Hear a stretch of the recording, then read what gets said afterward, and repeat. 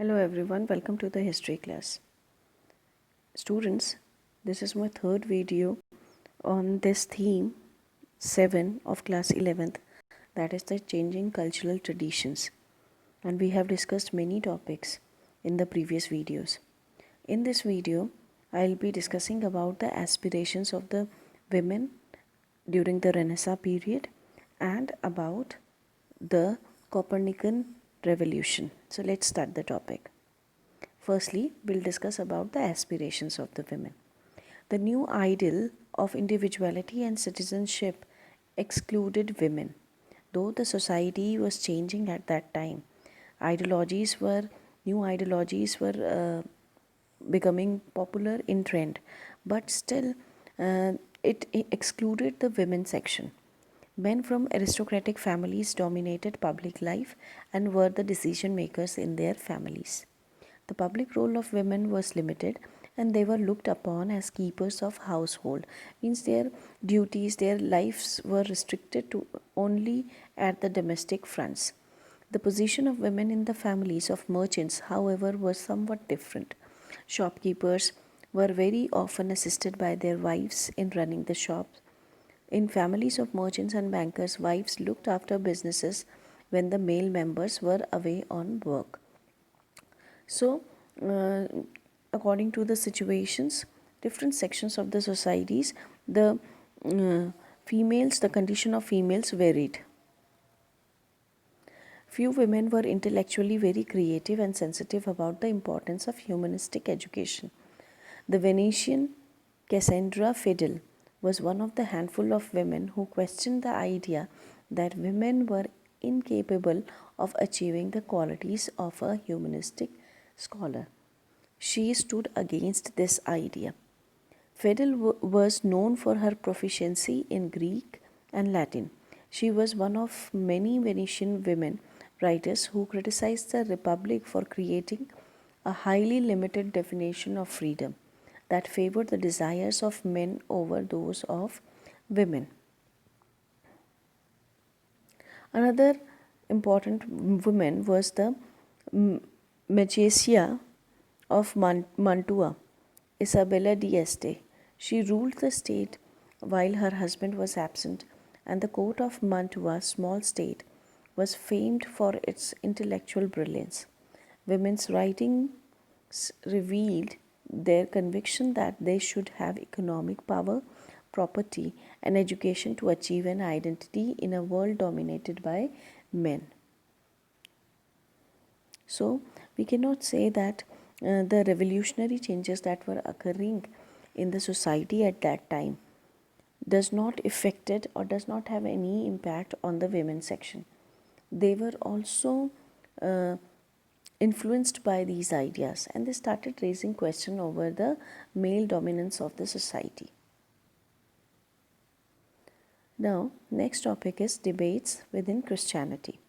This is the most important topic of this chapter and very interesting one also. Christian humanists like Thomas More in England and Erasmus in Holland felt that the church had become an institution marked by greed, extorting money at will from ordinary people. They saw that the institution of church is becoming corrupted. One of the favorite methods of the clergy was to sell letters of indulgences or indulgences documents, which apparently freed the buyers from the burden of sins he had committed. The churchmen used to sell a letter, a document. It was called the letter of indulgences. If any person buying these letters from them, it means that religiously that person is uh, relieved from his burden of sins, whatever the mistakes or sins he has done in his life. So this was the superstition ideas that was given to the or the spread to the society. They were making fools of people on the name of religion. Christians came to realize from printed translations of the Bible in local languages that their religion did not permit such practices. In almost every part of Europe, peasants began to rebel against the taxes imposed by the church. This was that time when the ruling authority, the king or the government, whatever, they plus the church, they used to collect separate taxes. So the peasantry class, they started losing their trust after seeing these corrupt practices of the church. They started losing their trust on church, and they opposed against the taxes that was levied by the church. In 1517, young German monk called Martin Luther launched a campaign against the Catholic Church and argued that a person did not need priest to establish contact with God.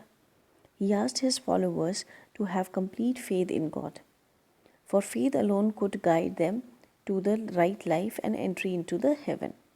This movement was called Protestant Reformation, that led to the churches in Germany and Switzerland breaking their connection with the Pope and the Catholic Church. About Martin Luther, you must have studied in class 10th also, in the chapter Printing Culture and the Modern World. This young priest of Germany, though he himself was a part of the church, he raised question over the wrong practices of the church, and he challenged the church to do a debate on 95 points that he had listed in a page and pasted in the on the gate of a church. So he gave an open challenge of debate to the church authority. Now, seeing his courage, he soon added many followers, and this led a movement called the Protestant Reformation, demanding reformation in the religion or reforming a new religion. Right? So the impact was such that in Germany and Switzerland, the churches break their connection with the Pope. The reformers had greater popular appeal in the towns, while in rural areas, the Catholic Church managed to retain its influence. There are other German reformers like Anabaptists. It is a group where were even more radical. They developed their new ideology. They blended the idea of salvation with the end of all forms of social oppression. They said that since God had created all people as equal, they were not expected to pay taxes and had the right to choose their priests. This appealed to peasantry or the peasants oppressed by feudalism. Eventually, in France, as in many other parts of Europe, the Catholic Church allowed Protestants to worship as they choose. So, this was a change that occurred. Now, somewhere the Catholic Church also understood this thing that there is a widespread discontentment among the people, and it is now becoming difficult to handle them. So, just follow a lenient attitude. So, they allowed the Protestants to worship as they choose. In England, the rulers ended the connection with the Pope. The king or the queen was from then onwards the head of the church. The Catholic Church itself did not skip the impact of these ideas and began to reform itself from within. Even the Catholic Church, they started reforming their religion. So, this was a great change that occurred in Christianity during this time. In Spain and in Italy, churchmen emphasized the need for a simple life and service to the poor.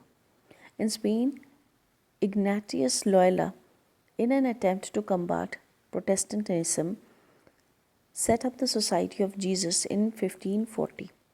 His followers were called Jesuits, whose mission was to serve the poor to widen their knowledge of the culture. So, whenever you hear this term, Jesuit missionaries, it means that these the followers of Ignatius Loyola, they have this missionary. They conduct these missionaries activities where they spread religion and they help the poor. So this was again another branch of Christianity that emerged. Now, talking about the Copernican revolution, it was not only in religion that the changes were occurring, there were development taking place in other fields too. So, let's talk about this revolution, which is called the Copernican revolution. The turning point in European science came with the work of Copernicus. He was a contemporary of Martin Luther. Christians had believed that the earth was a sinful place and the heavy burden of sin made it immobile.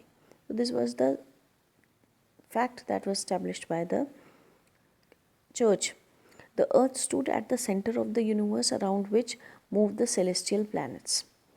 This belief is called the geocentric theory, means earth is the center of the universe and other celestial planets are moving around the earth. Copernicus asserted that the planets including earth rotates around the sun. He was a devout Christian, so Copernicus was afraid of the possible reaction to his theory by traditionalist clergymen. And for this reason, he did not want his manuscript De Revolutionibus to be printed. So, on his deathbed, he gave it to his follower, Joachim Heticus. It took time for the people to accept this idea. Now, it was much later, more than half a century later, that the difference between heaven and earth was bridged through the writings of astronomers like Johannes Kepler and Galileo Galilei. The theory of the earth as a part of sun-centered system was made popular by Kepler's cosmographical mystery, which demonstrated that the planets move around the sun not in circle but in ellipses. Now, this is again important theory given by Kepler. It is called the heliocentric theory. Helio means sun. Helio is actually a Greek word which means sun. So, sun-centered universe means sun is the center of the universe and other planets are moving around it, not in circular motion but on an elliptical orbits. So, Galileo confirmed the notion of the dynamic world in his work called The Motion. This revolution in science reached its climax with Isaac Newton's theory of gravitation.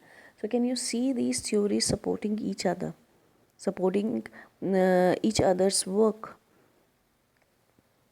and bringing changes in the established facts? Now, once these scientists had shown the way, experiments and investigations into what came to be called physics, chemistry, biology expanded rapidly.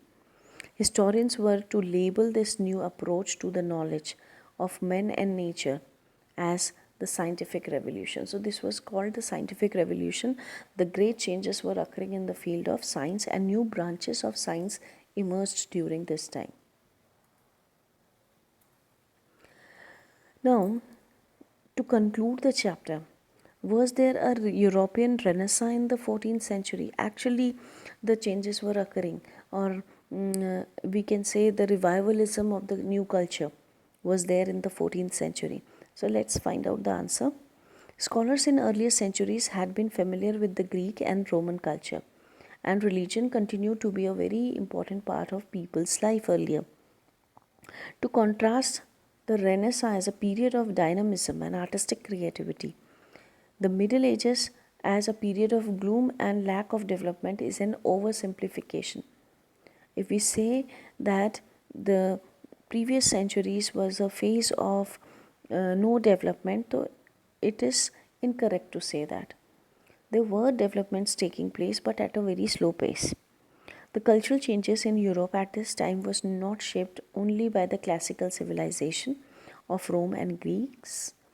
The archaeological and literary recovery of Roman culture that create a great admiration of the civilization. But technologies and skills in Asia had moved far ahead of what the Greeks and Roman had known. So this was a time when the center of attraction was not just only the Roman and the Greek culture, but there are admiration for the other cultures also, right? The new techniques of navigation enabled people to sail much further than had been possible earlier. The expansion of Islam and the Mongol conquest had linked Asia and North Africa with Europe, not politically but in terms of trade and of learning skills. The Europeans learned not just from Greek and Romans but from India, from Arabia, from Iran, Central Asia, and China. An important change that did happen in this period was that gradually the private and the public spheres of life began to become separated. Earlier, the private lives of the people were overruled by the church.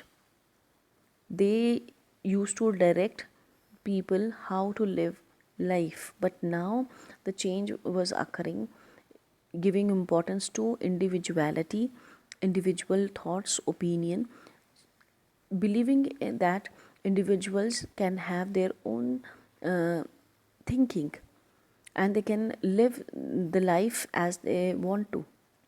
So these were the changes occurring at that time. An artist was not just a member of a guild now, he was known for himself in the 18th century. The sense of individual would be expressed in a political form in the belief that all individuals had equal political rights. So these were great changes that were occurring during this time, and that is why the period from the 14th to 17th century is considered as a period of great cultural change. So I would like to conclude this chapter here. Thank you for watching this video.